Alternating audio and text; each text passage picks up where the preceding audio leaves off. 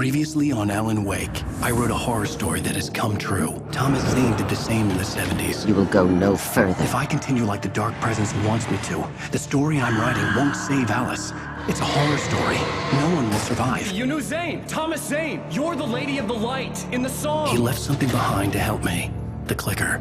Alan thought of this as he stood on the rim of Cauldron Lake, the clicker in his hand. He took a deep breath and jumped. I can get to her now. I can finish this.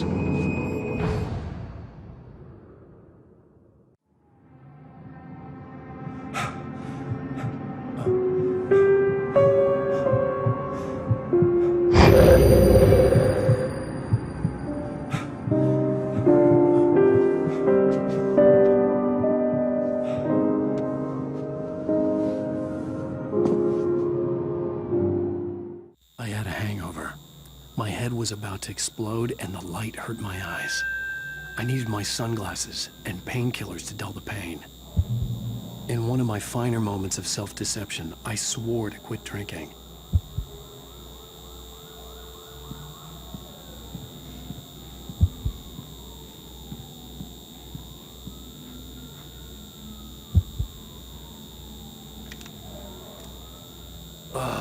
The sunglasses made the world look bearable. Now I could keep my eyes open without feeling like a vampire in the sun.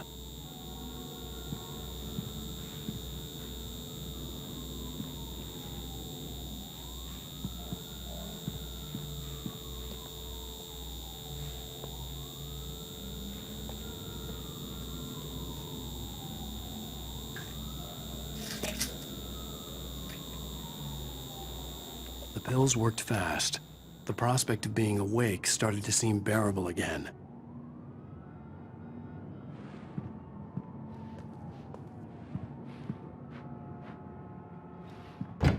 There was a message waiting for me on the machine. You have one new message. Ow! Are you still asleep?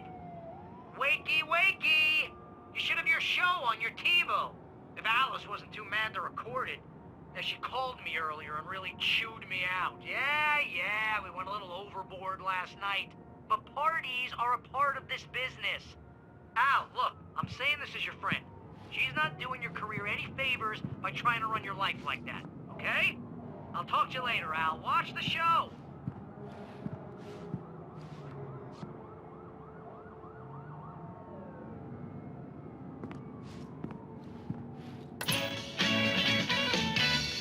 Ladies and gentlemen, welcome back to the Harry Garrett Show.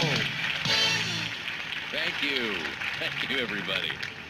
We have a great show tonight. I've been talking with the best-selling author Alan Wake about his new book, The Sudden Stop. Yeah, good read. Go buy it. No, it is a good read. Look, I'm gonna be honest here. Is that wise? No, but I'm gonna do it anyway. I got people who give me the lowdown on books. I'm a busy guy. But this one, I actually read from cover to cover. I mean, I'm a big fan. Wow, thanks. Now, this might be a spoiler for those who haven't read the book yet. Based on the sales figures, the 2 people out there who haven't read the book yet. But this last book is all about the death of the main character, the hard-boiled New York detective, Alex Casey. Now, there's been a lot of outrage about this. Why the hell did you kill Casey? What the hell were you thinking, man? Good riddance. No, seriously, though. 7 years and 6 books is a long time. He was a gloomy guy to spend all your working hours with, and it was a good run. But it's time to explore new things. My next book will be a departure from the old for me. You selfish bastard, always thinking of yourself. Well, you've certainly given us a lot of entertainment over the years. And now that you mention it, Casey was a gloomy guy. Never had much luck with his love life with the ladies. Was that autobiographical in any way? Yeah, no kidding. Casey's lady friends tended to die on him. With Casey, it was all about his pain. No, nothing autobiographical about that. I'm a happily married man. My wife is my muse. Well, congratulations. That's great to hear. So, how's the publicity tour been treating you? Good, great. But I gotta say, I'm glad to be back home in New York. Well, you've certainly been on the news a lot lately. Lots of parties and, You got into a fight with some paparazzi. Oh, man. Well, that guy was really in my face. I lost my temper. I know that wasn't cool. You are famous for that temper. Well, I did also write several books. Well, your latest novel is called The Sudden Stop, and it's in bookstores now. Go get it. That means the two of you out there who haven't bought it yet. Ladies and gentlemen, that's all we have for you tonight. I want to thank all our guests for the evening. Alan Wake, Sam Lake. Once more, do the face for Sam. There it is. And our musical guests, Poets of the Fall. Thank you, and good night. At least I'd been funny. I told myself I could live with that. Hey, honey. Did you watch the show? I didn't say anything stupid, if that's what you want to know. Okay, Grumpy. You want an aspirin or something? Are you going to start with me about drinking now? You know what? Go back to sleep, Alan.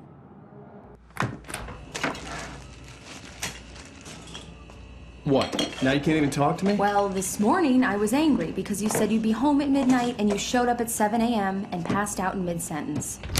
Now I'm over it. Are you angry? This goddamn tour. It's gotten out of hand. Oh, honey. It's almost over, right? We can get back to normal. Then you can start writing again. I'm sorry, honey. Alan, you're not thinking straight. Just take a shower and go back to bed, huh? Yeah, you're right, honey. I'm sorry. Once this is over, let's go away together. A vacation. Just you and me. Some peace and quiet.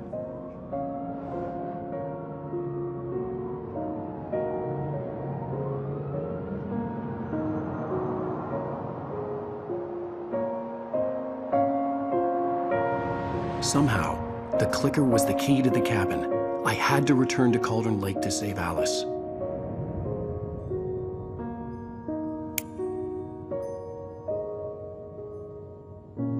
I'm going back to the lake to finish this. I'm going to write an ending to the story in the manuscript on my own terms, to make it all right. Why can't you just write it here? The last page is still in the typewriter. I need to read it first. Everything needs to be just right. Zane tried to cut some corners, and it didn't end well. Okay, ready when you are. I'm sorry, Sarah, but I need to do this alone. Barry, take her gun. Miss Weaver, close the door when I leave.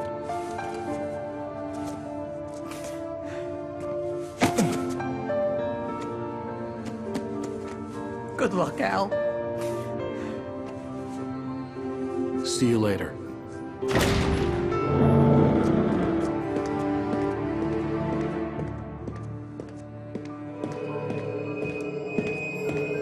When I got out, it was warm and sunny. I'd flicked the switch of the clicker. Had it done this? I didn't stop to question it. I had to take advantage of the sunlight to get to the lake. On Zane's page, I'd stood on the rim of Cauldron Lake, about to use the clicker. That's where I was headed.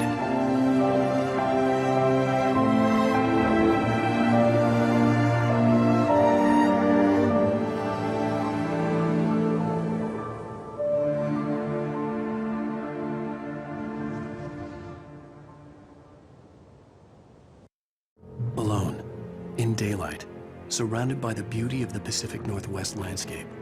It was hard not to let doubt creep in one last time. I could still chalk everything up to a dream, a delusion.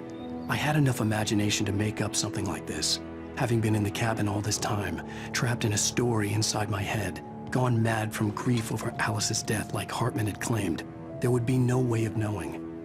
I told myself it didn't really matter. My course was set.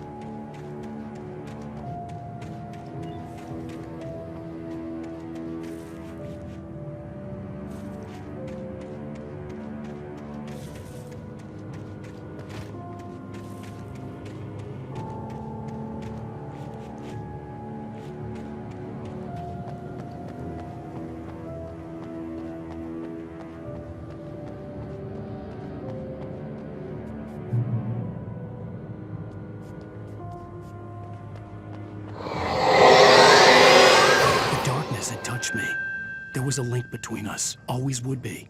I could feel its presence again, getting closer.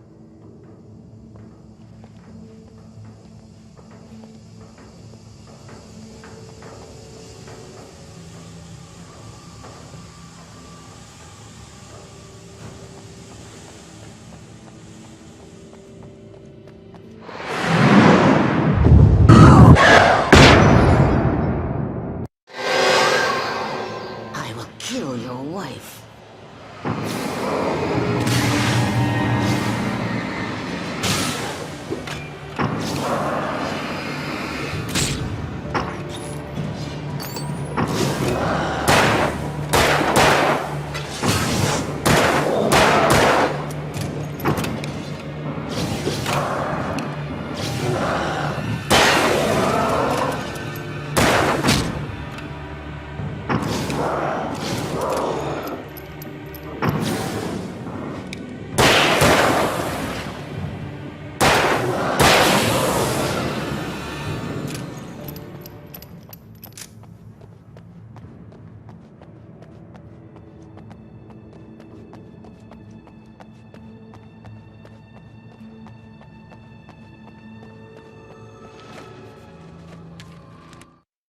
The dark presence was no longer trying to capture the writer so he could create the ending it wanted. The writer knew too much. He was too strong. And he carried a weapon left behind by Thomas Zane, something that could hurt it. Now, the darkness was doing everything in its power to simply stop the writer from ever reaching Cauldron Lake and the dark place it came from.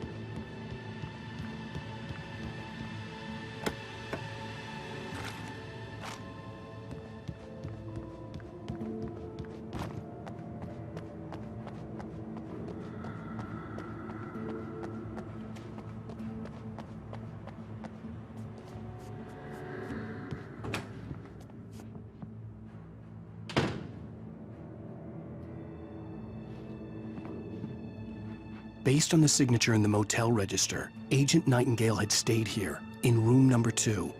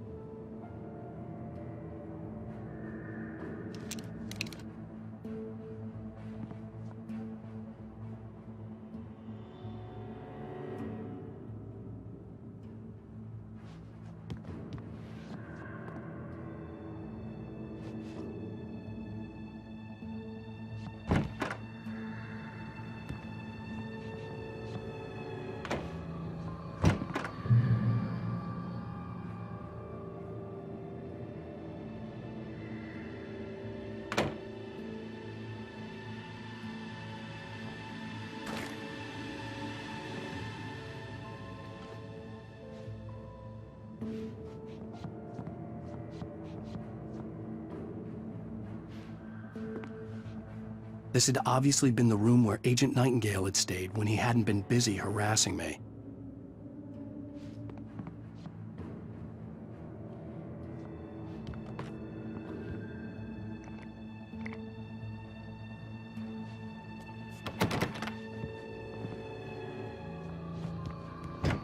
Look after yourself and your co-workers! Could have fooled me, pal.